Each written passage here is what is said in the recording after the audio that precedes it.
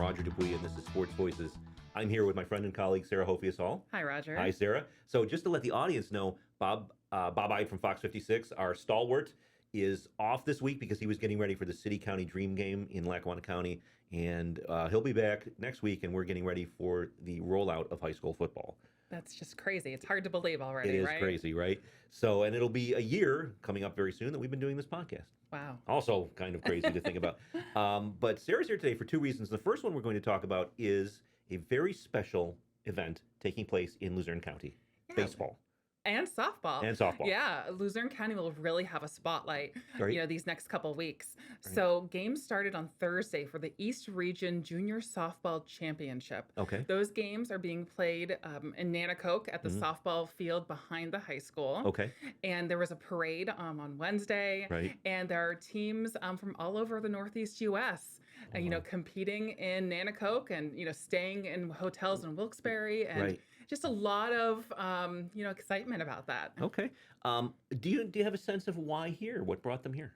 So they had for nearly 40 years, the tournament was in Orange, Connecticut. Okay. But the district here put in a proposal, and they are going to be the host for quite a while, I think. Okay. They're playing at two venues. Did you say that Nanticoke and also Jenkins Township? Well, so that is another tournament. Oh, sorry. Yes. Okay. So that is the state Right. major baseball tournament. Okay. And these are boys who hope to then go on to the Little League World Series in Williamsport. So there's multiple steps. Like, Okay. you start out like competing against the teams like in your own area, and then Right. there's another level, and then there's states. Then they would compete at the regional level, Right. and then is the chance to go to Williamsport. Now for the Right. girls, for the softball teams, Mhm. they are between the ages of 12 and 14, and they are competing for the chance to play in the Junior League Oh, softball wow. championship, and that is in Washington State in August. Okay. And for the audience, as we were getting ready, peeking back behind the curtain again, we taped this earlier in the week. Sarah was going to be attending and covering the parade in Nanticoke. So you can find that on our website, WVIA.org. It sounds like it's a really fun time. Yeah, and the public is invited. Right. The concession stand is supposed to have some good food, Right. but some really good softball, some really good baseball starting, on Monday in Jenkins Township. Okay. Softball will be wrapped up, early next week. But yeah, it's, these are great athletes from, for the softball tournament from all over the Northeast U.S. And young, correct? These girls are 12 to 14. Okay. And so there's a team. So Pennsylvania will be represented by the West Suburban Little League, and that's out of Johnstown. Right. And there are a couple girls on that team who were actually part of the Little League World Series winning team that was also West Suburban last year. Okay. Yeah. All right. That's exciting. Yeah. And we're talking about this because, a lot of folks in the region know you, Sarah, as an education reporter.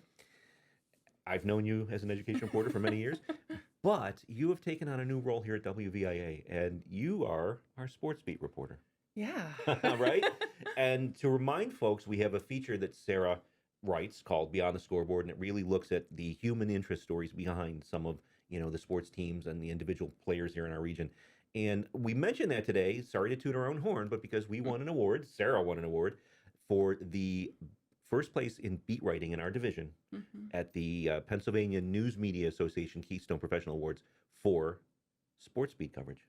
Yes. Right? Yeah, it was such a wonderful surprise and just an honor. Right. And what's just really so great about this is that, you spent all those years in education. I know you know a lot about sports, but it's something that folks, just like Sports Voices, may not have traditionally associated with public broadcasting.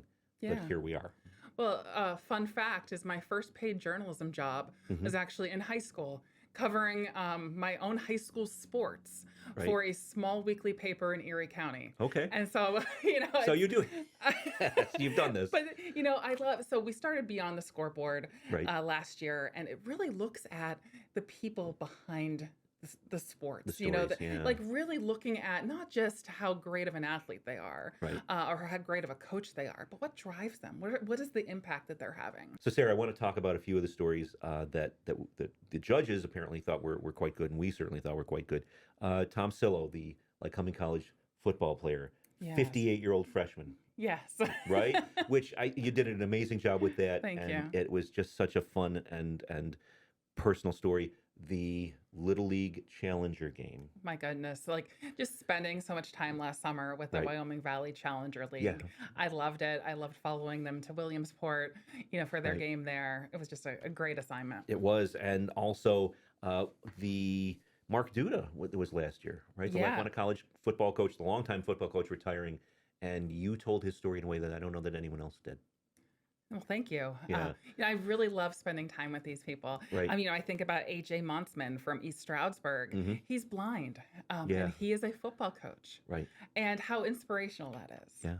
And yeah, it's great to be able to, tell these sports stories beyond just the scores. Right. And I think so much about Sports Voices and so much about Beyond the Scoreboard is really conveying to people that what makes sports important is the people and the families who are supporting these athletes, right? And it is, again, more than the scores. Yeah. Sports brings people together. Right, in ways that nothing else does. And Yeah. I think that we really need more of that. Right. What was, if I may ask, not to put you on the spot, what was your favorite of the stories? Just spending time with the Challenger families and the players. That was just an honor last year. And then I even got to go with them to Harrisburg in the fall, where they were honored by the state legislature, Right. met the governor. So to tag along with them and Yeah. to really kind of develop relationships, with a lot of the families, a lot of the players. What a great And experience. I think it meant a lot to them too. And I know there will be so much more to come. Definitely. All right. Folks, as always, thank you for being here. We'll be back next week with Bob. Take care.